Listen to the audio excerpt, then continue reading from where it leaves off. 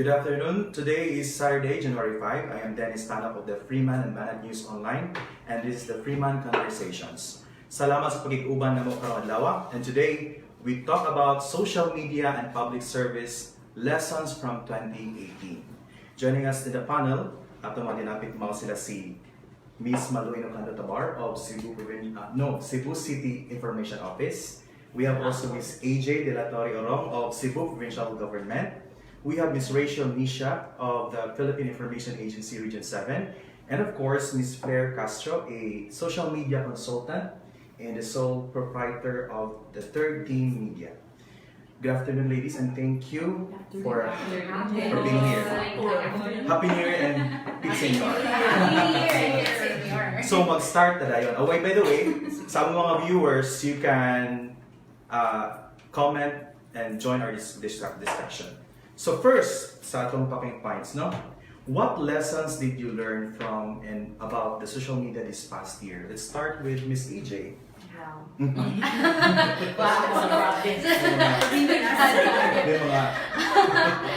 Okay, learnings. I think ang kanina learning din ang galing for 2018. No? I learned this when I joined the social media team of the Freeman. Of the Freeman pagaling, even before I joined the Capital. It's that social media has changed a lot of things. For our part, the information dissemination, ako na kaya siyang na-change. Sa una nung kanang wala pa lahira man gid ang ato, of course it's a newspaper. Even the gathering of the news kana siya. Pero with social media, with the advent of social media, everything has changed. As far as information dissemination, paspas na kayo good. And when I say paspas, that's why you also have to be very careful. Yeah. Because once we click the share, there's no turning back. There's no turning back. So kana siya dako kayo na siya na responsibility. It's a big responsibility for social media. How about Miss Malu? Lessons daghan kaayo, and all the more mas importante ang being careful in terms of not just the sharing, as AJ said, but also what you put out there. Kay dinigid siya mabawi, nanagid siya kanang footprints out there na anybody can just screen capture it, even if mo pang papason. Plus karong mga panahon na biggest lesson yun nga para nako with social media is that it is very powerful. You can use it to promote, but you can also use it to destroy even more than mainstream media had the power before. No? Karon napunan mo gud ani, and then gisakyan ni kusog, giabusuhan. So I think musamot sa the responsibility of these people, of us in the know of how it should be done, to let the people be educated sa tarong nga paggamit sa social media. Miss Rachel. Yeah, I agree with AJ no and Ms. Manu.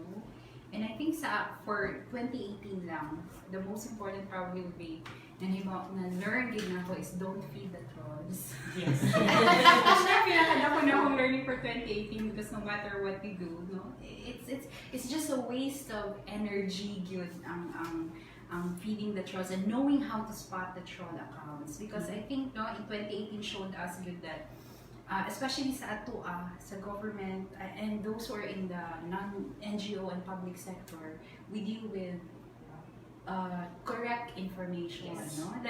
And ang fake information has been the biggest threat, is the biggest threat to us when in our industry that we need to put out na correct, right information. Yeah. Muna, ang kanang when the trolls are doing their thing, we need to also up our game, no? So the biggest lesson will be for me nga, ayaw yun to baga, ayaw patuloy, hindi mo patuloy ang mga trolls.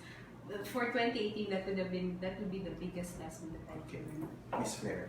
Okay, so for us, we already know since then, like a few years ago, that Filipinos are really into social media. There's a huge adoption of, let's say, Facebook, because it's the top social media channel nato. I mean, for me, as someone working with the industry, with businesses and brands, what we're seeing is more of a format shift. Because before, what we're having is just mag-update lang ta og text o kanang photos, But right now, we're seeing the trend of the heavy use of videos. Just like right now, we're using live video, diba? And then there's a format change wherein we're putting out more stories. Are you familiar with the Snapchat, the Instagram, even with Facebook, the story? So that kind of format, it's really growing since 2018, and then also the rise, let's say, of Instagram. Like more people are getting into Instagram for the engagement itself. So those are some of the things that we're seeing. Of course, we already know addict jud ang mga Pinoy Facebook, diba? So let's get that out. But we already know ang mga format changes na po lang atong nakita, major shift. Okay. So from these lessons, how you maximize or calibrate social media and the internet in your work and your personal. Kasi muna. Work and personal. Yes, work and personal sa social media. Ikaw. I guess sa work, no, like, because the agency that I work for, Philippine Information Agency, we've been the subject of controversy, Yes. you know, for 2018, and we also have been the subject of, let's say, troll attacks, you know, so we've learned a lot from that experience, and not only that, I think ang na-learn ko is that we need to employ the strategies of private, how companies sell their products, because public service at the end of the day, it's still a product, and it's the most important product that we need to sell. With more Filipinos online na karon, we also need to learn how to strategize when we put out content. Kaya naman way thinking ang uban na when it comes to government, it's very serious. Bigyo ka mong use of emoticon. And we're already starting. Ano din na siya, straight-laced, yung ka, serious stuff. But that's not what attracts attention eh. And like Claire said, moving images. So we need to also, I think, with public service, with government, we also need to shift then how we see the social media platform as a channel of information dissemination. We're starting, with us at PIE, we're starting to do that. You know, we're more playful the way how we format our posts. You know, we need to catch the attention because we really need to sell the information that we have. Si Miss Malu. In the case of the Cebu City government, I am under a boss, Mayor Tommy, who is very much present on social media. And so when I came in, diba? Di ka magpapalala.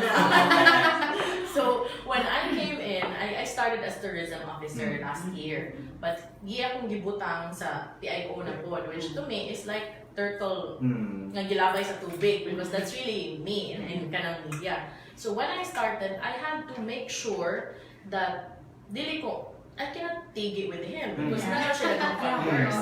But my point is just to let the people know in the city and even outside the city of Cebu nga mao niya mga programa, highlight ang programs of the different department heads, at departments, what they're doing, because they're also under the umbrella of the office of the mayor. But di po na to i-deny that the Cebu city government under the leadership of Mayor Tommy Osmeña also has detractors, also has political opponents, which also would try their very best to destroy the image of the mayor, the image of the city, which you also cannot, as you said, patol all the time, because some of them even post photos of basura, and then when I verify, it's not in that area, or it was in a previous year, so it's really here. Murag na-invade na yun sa trolls ang kanang what is real ba. So, kana siya when you maximize is to make sure that you get the truth out there as fast as you can, as accurate. Kung ang Freeman, fair and fearless, kung ano na ron fast, fair and fearless. So, How about Miss AJ sa Capitol? Sa Capitol, difference sa amo, no? Kaya kung si Mayor Tommy sa Cebu City is really sa media, sa amin sa social media, si Governor Junjun and even Vice Governor Magpale, medyo dili kayo sila makita sa social media. Kanang ang ilahag yun is really on, well, if kung interviews, that's okay, but social media, medyo dili kayo sila into that. Medyo traditional good sila. Si Vice Gov is newspaper, hindi kay siya, or mga namin na vice, already did this, but then hindi kay siya, so, siya kita kay, tungkol sa, but then they're slowly, karon na sige na sila ang Facebook, sige na tanong, kasi, yan na si vice ko, lahat, hindi kita ko silang picture, mag-Facebook na rin si vice, sige ko, kita naman sila sa akong mga Facebook post, but anyway, ka na sige, ang sa amo sa, but regardless, ang ako ang na-learn, is really on responsibility going back. Dili lang kay sa, regardless if it's the social media account of the Capital or my personal account, it's really on posting responsibly. Okay, dili mo ko makaingon na, oy, I'm posting this as a private citizen. I'm posting this as a government worker. Dili man, some people also do not understand that. Pero sa ilaha, usahan na. So, muna siya, we also have to, ako lang ginangiging sana, I have to post whether it's on the social media page of the Capital or on my personal page. Responsible yun. Dapat ako yung mag-una na hindi mag-post ng mga fake news, share. Responsible sharing yun. So that's what I do. Miss Flair, as a social media consultant, sino mo nakita or for this? Yeah, so like I mentioned a while ago, like the difference of the format, so it's not just pure text and like photos right now. So how we're applying it to work is that we're highly encouraging our clients or even our teammates, highly encouraging them to create content that's more authentic. And when you say authentic, it's more like live.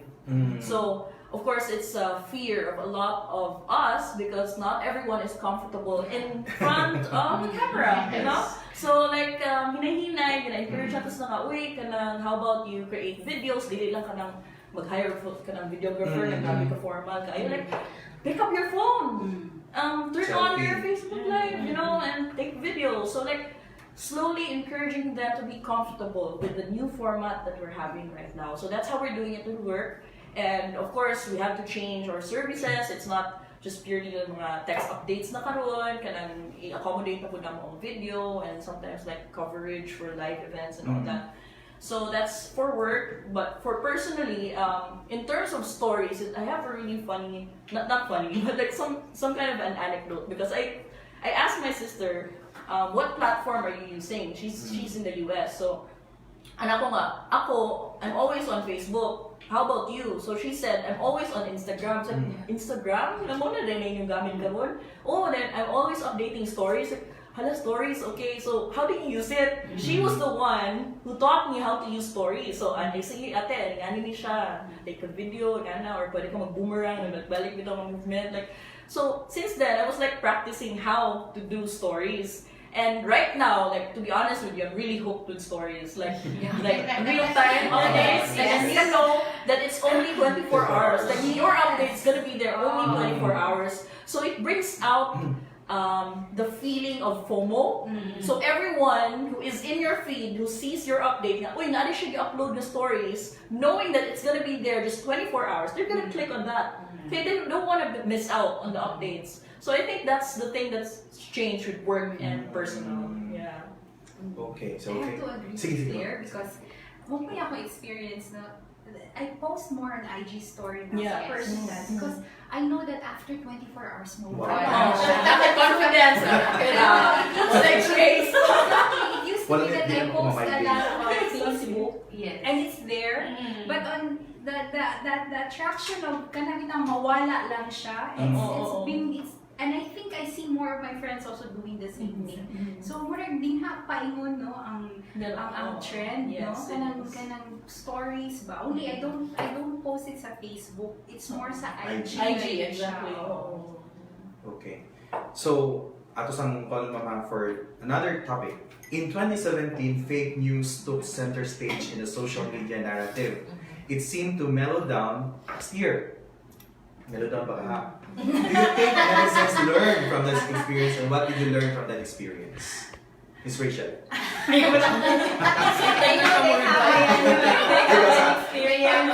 Let's start with AJ. Nani si great experience. We have a lot actually, a lot. So wala siyang mellow down? Considering sa province-wide pag yun, Okay. province-wide pag yun, no? But honestly, I would say, personally, mo check man me on sa analytics and all that, and apart from that, the trend, I could say na medyo ni mellow down actually. Thankfully, ni mellow down gamay. Why? Because siguro dira ang siguro na mo makita sa messages na mo ma-receive. The previous years, previous year, when I was katong amo mag-check ang inbox every day, and we get an average of 100 messages every day that we have to answer every day. And they also demand you to answer Yes. right away. Right away. Kaya really, di na sila mo sa mga mo scene, Russell's dapat na kinitubag. Yung chatbot Hindi yun na pwede. Oh, yeah, mag-sense mo sila yung chatbot, no? Dapat personalize ang message good. Before magula, we have maka-track me yung particular na mga profiles na gusto ka yung share of mga fake news. But karon, in fairness to them, message sila sa amo, ano na tinood ni before they share it. Nakato na. So yun okay, if this is the trend, let's just say 2 to 3 accounts. Hopefully, most siguro rin kita mo sa It's an uban. improvement. It's an improvement. Kaya let's just say already 2 to 3 accounts na. Pero hopefully, ang sa ginasa, mostly na-practice sa uban ba. And it's the same accounts when before na among gibadlong na, among gi-message na it's not true, okay, although they take it down, pero muna gina-share naman good and nanay footprint. Pero karon, the good thing is they message us before they share it. So I think they've learned. And I think, and hopefully, muna siya, that's also the among gi-advocate karon sa provincial government with the Provincial Youth Commission kaya the youth magid ang so kaya no ang target kaya yung Youth Commission sa Provincial Information Office. What we do is we go around the cities and the towns and then responsible social media campaign ang campaign ginamo. So the think before you click kana mga inana na campaign. So that's what we do. So hopefully we're doing our part as well to How about the city government, Ms. Malo? It's different because if the province is more on the youth, everybody has Isa kinsa.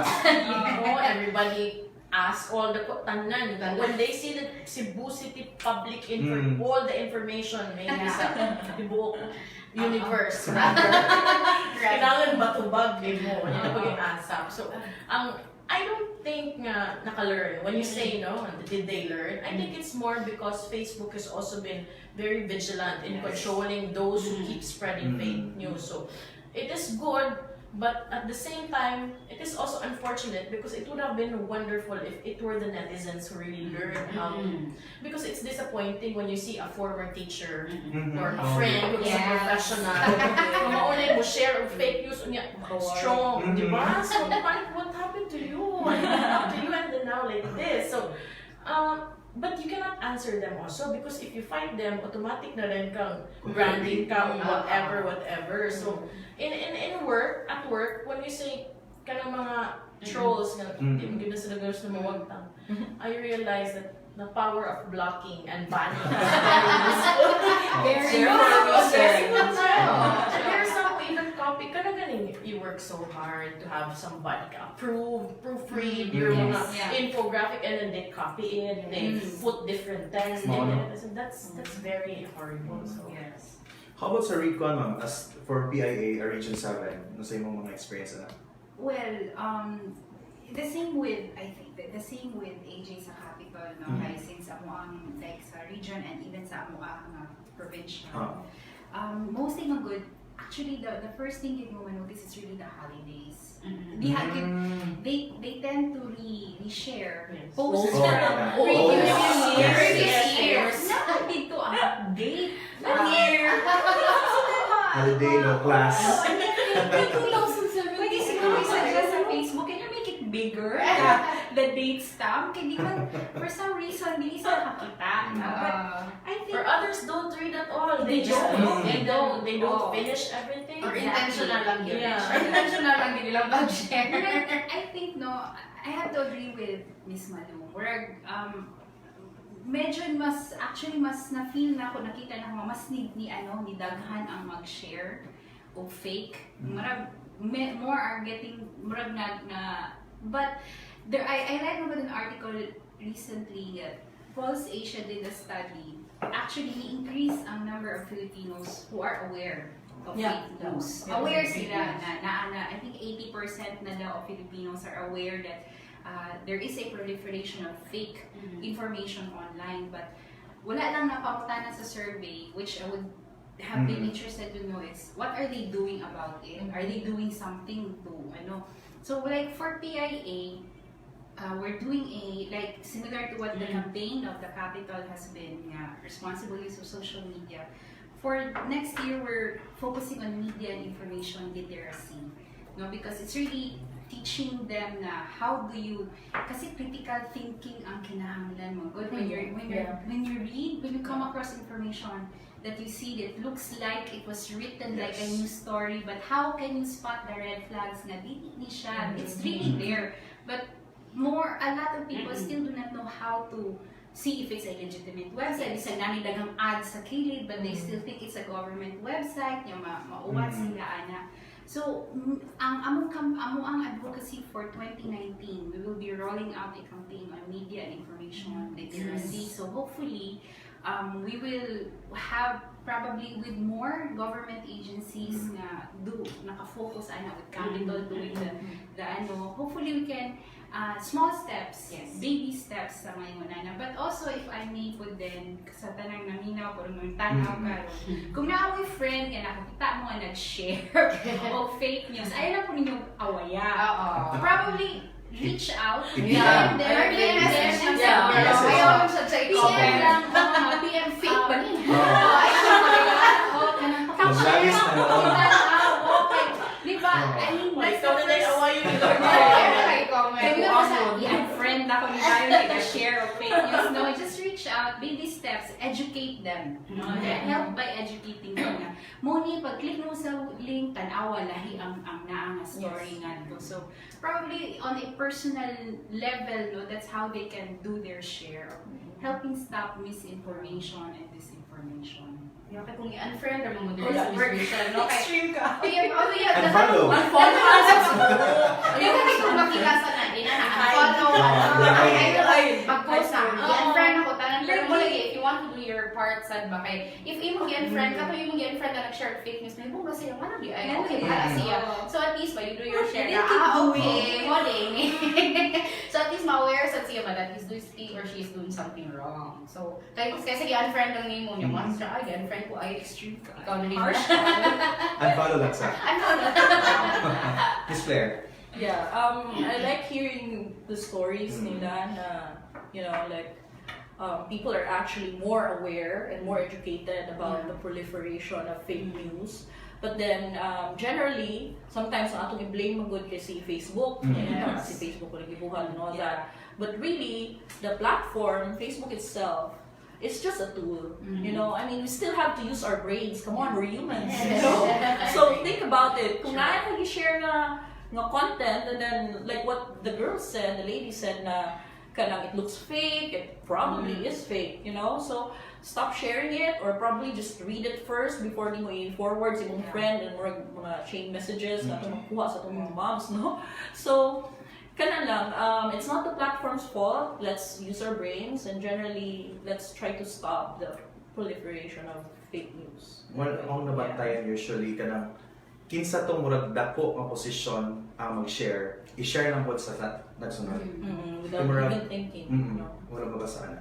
Kaya naman Flair, murag imuha gining kuhan kayo na next topic. Social media and the internet change the way things are done. It has disrupted businesses and industries, but many of social media are still unwilling to pay for content, especially on Facebook. Yeah, actually na ko yung notes. So, ingon din nga, paying for content, that's the question, right? And then, the review ko ka based on the question, it's like, how to know, it's like, one sentence of yung butang, it's like, what do you mean by pay for content? So, maybe clarify that, what do you mean for Sponsored. Okay, so now, you're saying that people don't pay for content, but there's really, in Facebook, we're generally the product.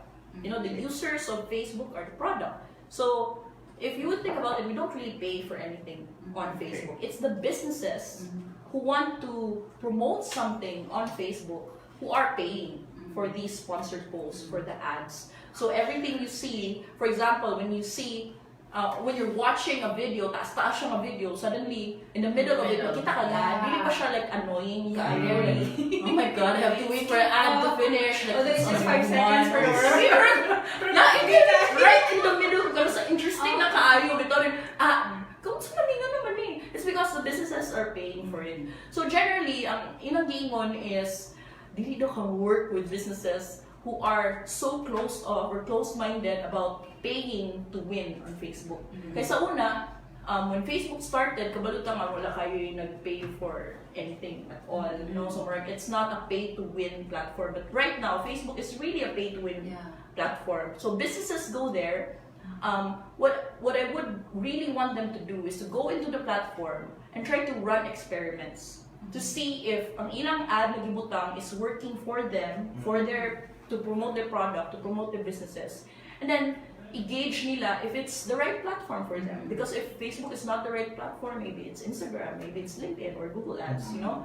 So, what I would say is that some of the businesses, for example, here in Cebu, when we started kami as a social media agency, we were not selling our services to them. What we were doing was educating them on the use of social media. So like, that was 4 years ago, 3 years ago, and I'm just happy that right now that's not generally what we're doing anymore. No, like when we started, mura dyan may gatudlo nila, kaning ma'am, yan yung Facebook, daw magtakag ad, yan yung mahitabo, yan yung makita. So right now, some businesses are really more open into investing on Facebook and social media in general. So that's probably going to grow in the next few years because they're aware of the benefits of that annoying ad in the middle of your video.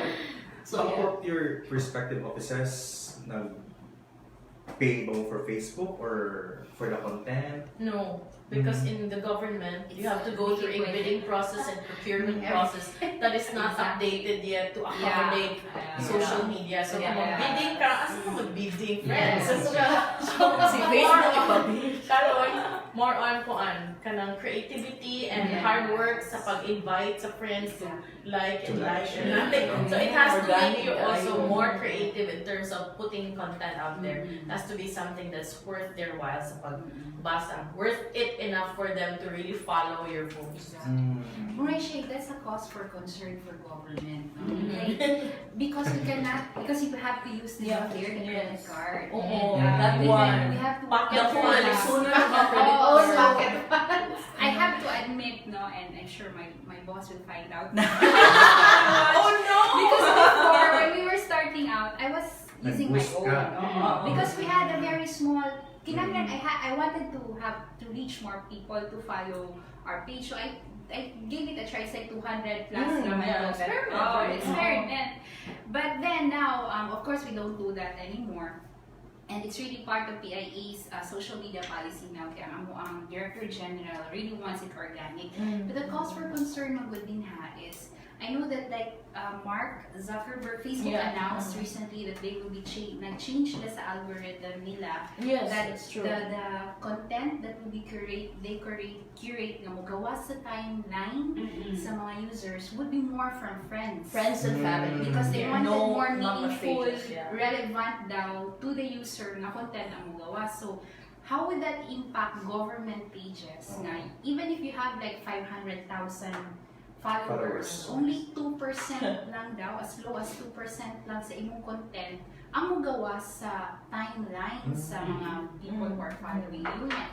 We are giving out information na importante kaayo. So, walay dapat gobyerno ani opinion ako. I think government needs to explore that option. No, we really need to consider it, look at it as if we pay for press conferences, for face-to-face, kanang fora, IPC, interpersonal communication, we should probably treat also social media marketing in the same manner. Only lang limited mabuta sa because of the procurement.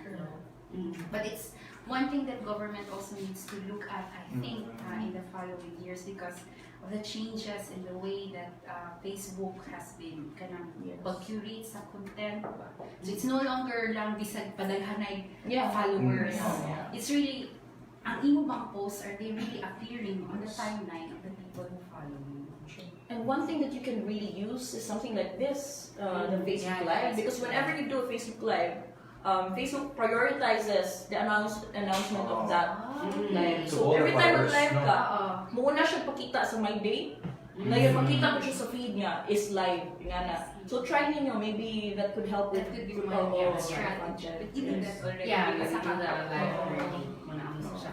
And the other, looking at the others, sa show, no, kana, may nga, dagan sa kami ma-encounter na, oh, why will we pay for content for online, na dapat libre lang na, anyway, you don't publish on the newspaper, whatever. But then also, hopefully people will also understand that there are also people who create this Yes. content. Exactly. The writers, Production. the production, these Like people the are the layout. creative Yes. minds. Take video. So yeah, diba? it doesn't mean that it's online, one click ka na, wala na sila bayad, di ba? So, na-edit sa video, na-edit, and these are very, kailangan yung mga creative minds. So, we also have to say for these people. And people say muna, I understand yun the kanang struggles of those in the art, ba, kay may creative na department, may ingon sila na, man, binagnamuhang yun na, uy, pabuhat may unsabi drawing artist na libre ra kami gamit ka these kinds of things these are not bigyan sa yun so we also have to give them importance we also Talent. yes these are talents Time. Hire them. Okay. So, Kani, elections are coming up. oh So, how do you think government can harness social media to help voters make informed decisions? Is it possible for government to be objective? We should be. Yes, Because we we are should bound by civil service rules Yes. and regulations Yes. that we should. But I think it's more on giving people, the voters, the real deal. What are we doing? Because sometimes it could either go one way, promote yourself too much and fool them, or don't do anything and then let those whoever is on the opposite end destroy you so much Yes. that you cannot also, bangon out of whatever. So it's a daily, the thing about social media is, before, sa atong naandan is that we go on field, we take the news, duk-duk ta, alas 5 is newscast na, but now, pinaspasay na yun. So my team, actually, pilian ako, I don't need na kanang dili lang kutob imong abilidad. Kinahanglan, you can shoot, you can write, you can have the, the technical savvy to post it out there because my boss is also very updated. So, super so it's good. Sometimes you have to really step up to it kay kuan man. But when you say kanang neutrality, di na mo malagayan, especially if you are the PIO, you would always be no matter how neutral you try to be, there would always be 8888 complaints that you are not neutral, that you are promoting like this. But why can't you promote when you're in the government and it's the local government unit that you are promoting? Of course, led by whoever is the LCE. Yeah. Kuan lang yun, padayon lang yun every day, post o unsay mga good things nga gibangin mo and provide people. I think this is the best part of social media is there's an avenue for people to really let you know, give you photos, send complaints directly, and mas paspas ang paghatod sa feedback sa mga tao. Miss EJ. I think that's also, muna siya, exactly yung Manunu, most of the challenge siya mo, because every time we post anything that, our bosses are doing, Yes. people say that, election, Political. Avoid. which we really cannot avoid, muna karaanan talaga, amo na lang themselves, pero, it's a challenge, pero muna gila, and they say that, why don't you, nganong sa newspaper na lagi, nganong dito na nila ibuta, things like that. I think, most of akong nag-learn in joining government service, no? Okay, new para baka. Yung papayagin ko sa government service, I've only been here for almost 2 years pa, so unsa yun kaayo. Ang sa news man good is, of course, I always explain this to my students, saying, anong bad news is good news. Bad news is good news, anong di man ibutang good news. But then mo lagi sa newspaper, we don't publish not too much on the development work or whatever that they're doing because it's their job to do that. Diba? It's their job to do that. But when we post mga batik na or mga things that they're not doing, because that's what our job of journalists. I think it's So also extreme. because the government beats. Yes. But our beat is only city hall. Sara. Ang diri man ko sa government na pag diri na una, kamot na sa Capitol, is muna, that's why we post, and it's our job, the TIO, it's our job to post the things that our bosses are doing, our government is doing, and regardless if inyo nila pang-politika or na, mo maging ang trabaho. So, muna siya. And kana sa sa question no is kanang sa tawag ani Can you be objective? Can you be objective? Naghunahan na yung karan. Pero yes, good. We can be objective. I think everyone can be objective or it's really on your how political will can musulod but it's really on your will. If you want to be objective, if you don't want to be, naragin na ninyo. But I think the good thing is that, like in the case of AJ, she came from mainstream media, where you have been like every day, gisilsil yun na sa mga alimangakan nga magpatunga yun ka. Yes. So now when you nilabang na ka sa other side, Yes. there's still the part of you that I cannot say this because I have to be like this. Yes. Most of it. With us, Yes. CIA, because national government agency, mas masayon lang sa mga compared to Specific, no? local. But PIE's mandate has always been very clear, DevCom. Hands off when it comes to political content. Although once in a while na before bloopers, but it was coming from honest mistakes to siya. But for the personal accounts, like what Ms. Malu said, we're bound by the code of ethics. And I think COMELEC, or was it Civil Service that was already Civil issued? Service, yes. Yeah, di ba nga, you cannot like, or is it okay to like? I forgot. Like You lang, but you cannot cannot share. share. Yes. Actively promote someone on your True. personal, even if it's a personal account, because you're still part of the government na ang ihapon ka sa gobyerno, so you cannot do that. So I think, no nga, more on, like what they said, it's easy naman po it's harder actually for them because DevCom siya but led by the local chief executive who is a political figure. On a national level, for us, it would be the president. So whatever programs and projects, still, you have to attach the person responsible for implementing the project. So as long as we stick to the good news and kanang good programs and government programs and projects, safe ang mga social media administrators and government pages. But it's also objective. in my case very difficult because I came from politics. Politics, I have been in politics for how many years? Yeah. So, karon lang gid ko nga wa na koy honorable in Ah. before my name. Hindi mo na kong civilian. Kuan pa yun, civil servant pa yun. So wala ko na anad-aning. Daghan kay careful kay tanan. But good thing is that we've been used to kanang balancing between my personal politics and that of my job before. So at least. So I think pwede man yun. It just takes extra effort on the part of the admins. I'm curious lang, Ms. Malu, do you post less now that you are sa personal mo? Now that you are with Personal? Personal? Yes, because I don't have time to manage my own. Always. Yeah, because Dennis and I were talking ganyan. Yes, personally, di na ako post Oo, tayo. when you're sa When you're personal, managing. there's really an It's effect, a result sa different. you. Because you're big and your notifications are mostly Lines. questions, messages. Messages. Sometimes your personal life really got sacrificed. My friends would say, "Unsa man ka, uy?" Even in the group chat, you don't reply. I said, I don't own my Facebook anymore. So very nagkanang kaayo ba? Exactly. Yeah. Kana yung mga New Year, kana Yes. Mga holidays. O diga, pag New Year, Christmas, naghandi akong kay questions. Yes. So, mo na dili ba holiday. So, questions gihapon pag 25, may classic mo na. Kana. New, thanks sa ta. Pumusog ang uwan, nice Basta nag-post na, paano lang gihapon. Kanong pagka amihan the other day, kasi kaya I wasn't dumagat na the other day, like gusto ka ayaw man ng, so but I had to answer the questions of the people while ako, bagyo-bagyo na sa Because sa civil service, inquiries to government, you have 15 days to Yes, respond. But to respond. on Facebook, you don't have the You luxury don't of 15 have that. days. Kaya you have the response badge. Diba? Yes, Response yeah. survey. Yeah, So that's magamay why. mo siya. Magamay siya. So kailangan i-respond yun mo within the hour, within Dinagay ka ng tanaw sa mga respondent and I can reply asa. Oh, reply asa. Grabe. mga why, hindi ko ka mabagay yun. Sige ma'am, We are heading where are we heading to this in terms of social media?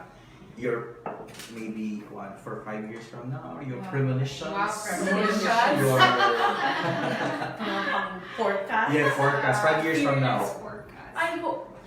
I'm still hoping, no? I hope that 5 years from now we'll be more responsible sa way. And on the part of the social media, like in the case of Facebook, magandang sikat kayo sa Pilipinas, no? That they would be more aggressive in terms of weeding out what needs to be weeded out. Because now, you cannot avoid it, mamiss na. You report something, and igbalik, ma-hurt pa yung feelings kay, we did not find anything that goes against our terms and conditions, Shubabel. So, how did this make you sad na kayo ka, di ba? Because it was really valid. Someone's pretending to be you, someone's using your content, and then they don't control it. So I think they need also to address that. Okay? Kinahanglan yun. We cannot just do it on our own, banga. Sa netizens lang. It works both ways. So that's for Facebook, hopefully na. Yes. Madunggan nila. Hopefully. Mr. Marza. Miss AJ. Ang sa ako, same na gihapon. Kato ganina akong giingon na responsible, wishful thinking ito siya. I really hope that we'd be more responsible and we dili ta ma-overpower ba kay kita man good hasta ang atong own intelligence akong i-outsource through through the internet. But we can think man good on ourselves, but then because there's Google, there's internet, we ask everything online, so we shouldn't outsource everything. We should think that we should ibalik sa nato sa atong utok na nakay utok gamito nato atong utok. And also I think I see Facebook in particular na it's really on videos sa lingon malinis kay makita sa among for now sa karon gani dira na gid ang trend karon nakita ay nana sa mga ingon na uy mostly videos na gid inyuhan which they see is kind of more effective kay mas grabe gid there was one study that I read na mas good people kind of tanawon gid balik-balik ang videos more ba kasi you know that's I think that's also the reason why more na ang vlogs kaysa blogs karon kay mas on videos na may More on action. yes. Shorter captions, shorter articles, Yes. more on the real story, Real telling stories. you. Yes, kaysa mabasa sila and all that. So I think that's really where it's going, videos. Miss Rachel. Yeah, I echo. Yes. Kailangan giinguno, especially on the responsible use of social media. And probably in the next 5 years, the more ma-integrate yun ang social media in the lives of like, I think, I don't know, Flair might be able to say more about this, but like kanang AI, Yes. artificial intelligence, Yes. like sometimes magod ka nang mo message ko in some business pages, they have the chat bots. Yeah, they have chat It's bots. like you're talking to a person, but actually it's really not. It's cool. It's Yeah. it's an AI din na natubag Exactly. sa imuha. So I see that, no? And in a way, I'm also hopeful that government would be able to also utilize stories. Kanang how private companies are doing the marketers. The government would also see itself going the same way, when it comes to promoting government services. So probably in the next 5 years, hopeful sa ako positive lang sa ingon ana. And positive thinking din mo, mawala na ang mga trolls. Visual thinking. Grabe na yun, wishful thinking. Kanang mga trolls, ma'am, is it business? As being an expert in social media? What do you mean business? Business ba gihapon They're sa siya? They're paid to... What they say is that sometimes yes, they are paid Keyboard to create warriors. like fake profiles in order to proliferate a message or like to achieve a goal online, So yeah, I guess for me, answering your question, what we're seeing in the next 5 years. from next now. 5 years.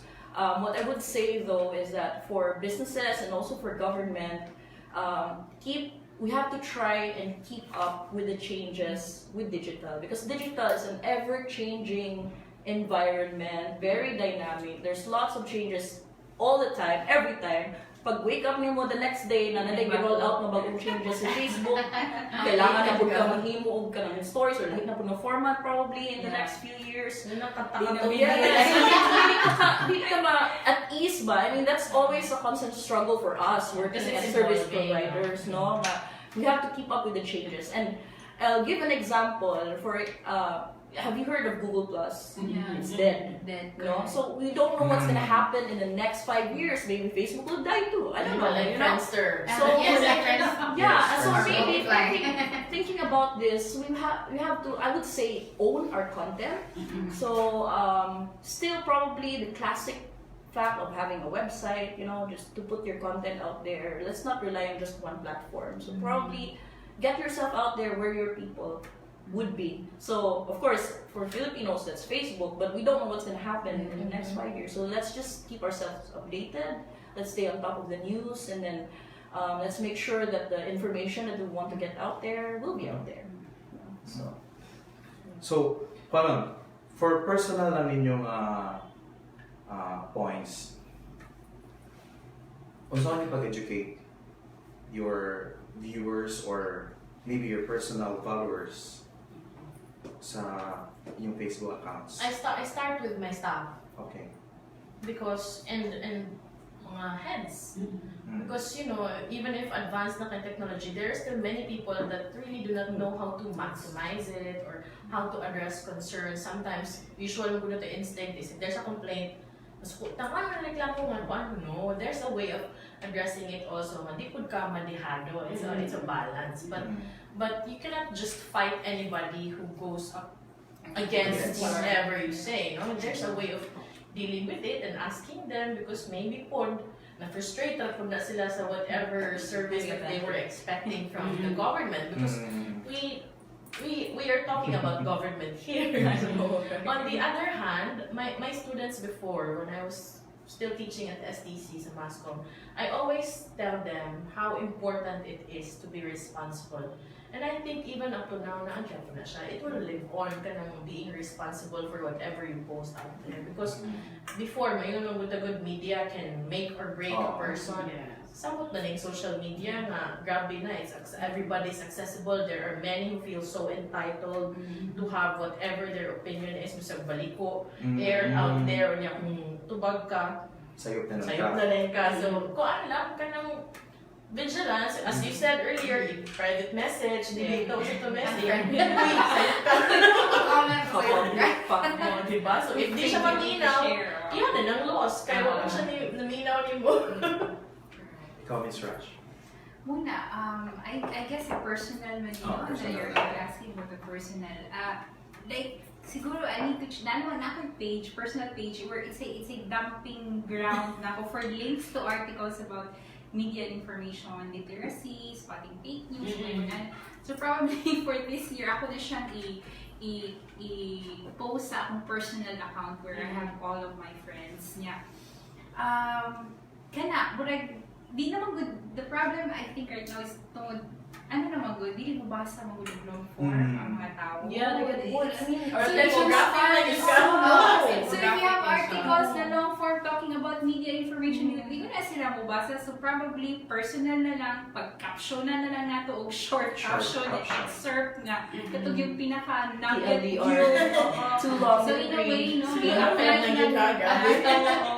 So, ibalik ko lang ako probably katong yung ganiha nga.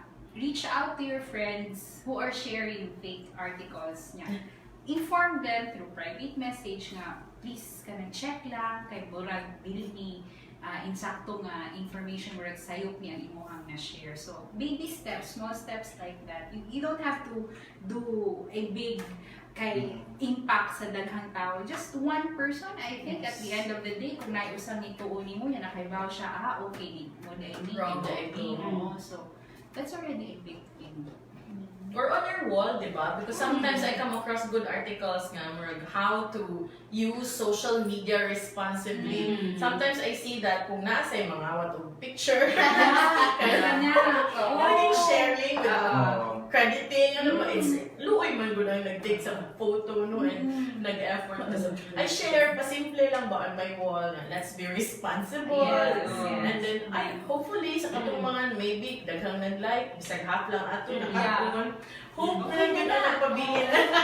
Hope and prayers.